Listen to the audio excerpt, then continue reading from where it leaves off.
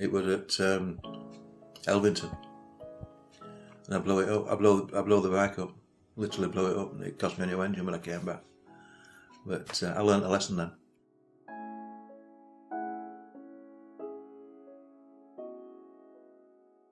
First real one was in 1990 when I took the world record, and then within 3 years after that, I won 5 championships in the 250 class. Every year we used to do a records meeting in October, because we used to build up from the beginning of the season, end of March, April, racing and building up to the records meeting at the end of the year. You sort of rectify any faults you have in the bike up to that time, and then you go for it.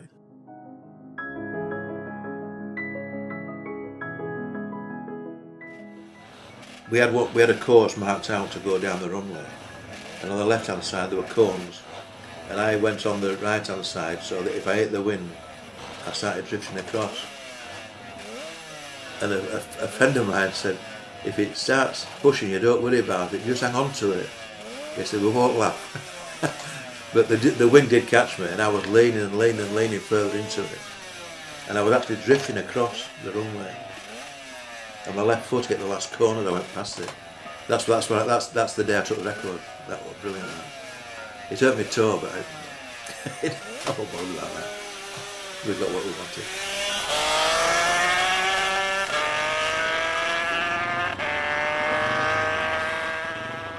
It was good. I wanted to do it again.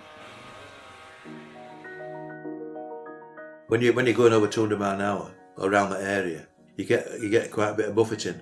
It's like an aeroplane when it goes through it, like the sound barrier and whatever. You get a certain amount, and then you go through that and it clears it, and it just goes straight. Oh. When I cleared 200 miles an hour down at Woodbridge, it wasn't my bike. It was the bike belonged to a nephew of mine. He did a couple of runs. I went down. I did 198, 190 something, and he did about 3 or 4 runs, and he went down, and he just cleared 200 miles an hour. And when he came back, he didn't know until he came back into the paddock and everybody was clapping. You know, the member of the 200 mile an hour club. And I went down. I cleared 200 easy. And the next run I did, I went down, and about 300 or 400 yards before I got to the marker board, I had a crosswind hit me, and it lifted the front wheel up. And I was doing over 200 miles an hour then, and I went through the quarter mile in 4 seconds. But when the front wheel came up, I just shut it down. And I still went through 198.7.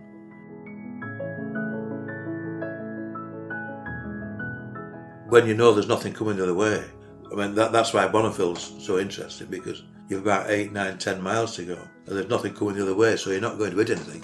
If you fall off, you just skid on salt. You might come back with a few burns on your arm, but that's just on the salt. And even on a runway like Elvington, if you come off, there's nothing to hit. So all you've got to worry about is making sure you can get back up and walk back, even at 200 and 300 miles an hour.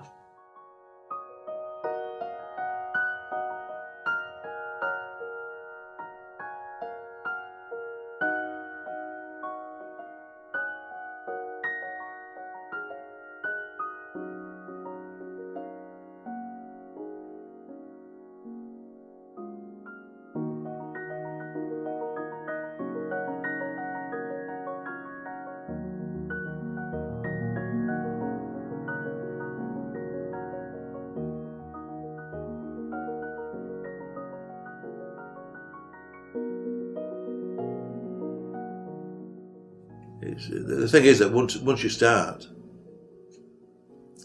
and after that first run you want to go again and again, but you always want to go faster, always.